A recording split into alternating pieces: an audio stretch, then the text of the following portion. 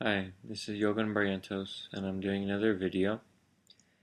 I would like to look at this point again, the force of the physical, but in a different perspective. So,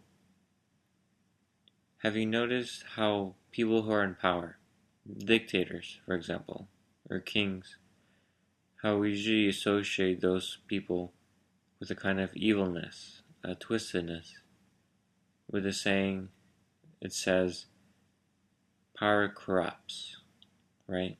We've heard that before. Power corrupts, as if simply by having power you're destined to be corrupted.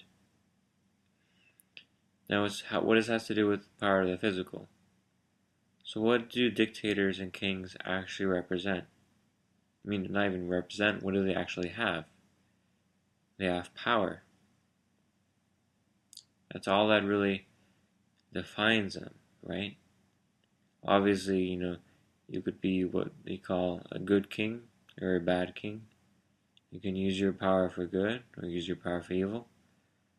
But whether it's for good or evil, it's still power, right?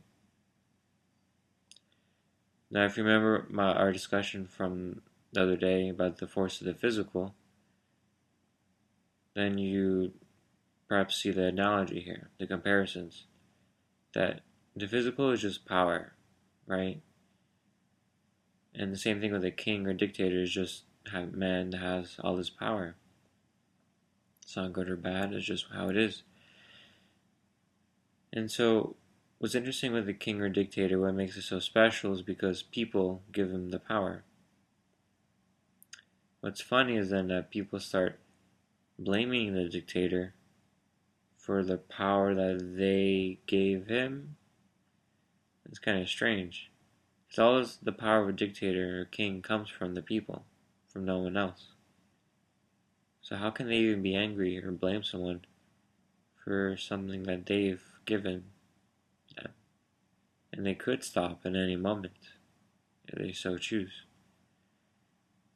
Same thing as perhaps blaming the sun for rising or setting, or blame the sun for getting a sunburn, Because the sun has to do what it's got to do, it has a job to do, it has to, provide sunlight for everything, for all the plants to grow.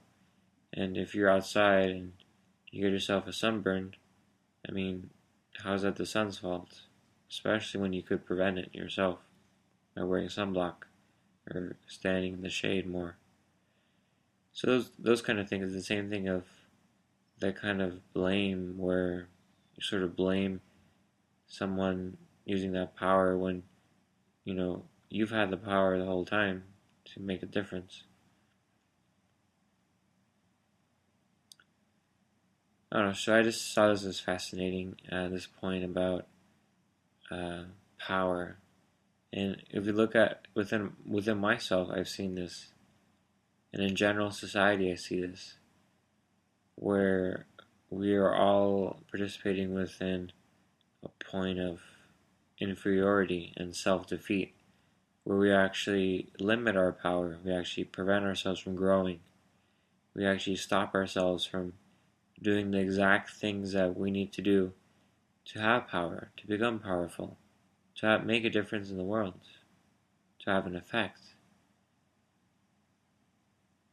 I guess the question is, why would we do that?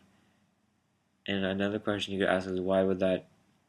Is there even an answer to that question? Why that would justify continuing this existence the way we had? We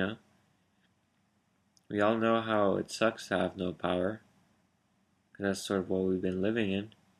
But we've been denying ourselves that the whole time, haven't we?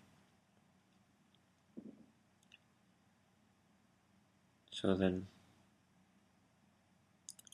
the question is, how do we get that power back then? It's really simple. First you have to investigate yourself and actually understand yourself. Because you're a person of so many years on this planet, whether it's 20 years, 30 years, 40 years, 50 years, you've been alive for a certain number of years on this planet, and you have a history. And if you study your own history, you'll be able to understand how you created yourself the way you are today. That's simple, that's common sense. That's mathematics. To understand the problem, you have to go to the root, study it, and learn from others as well. And all that we do within the free online course at the Destiny process, light.destiniprocess.com. The link will be posted below. And investigate.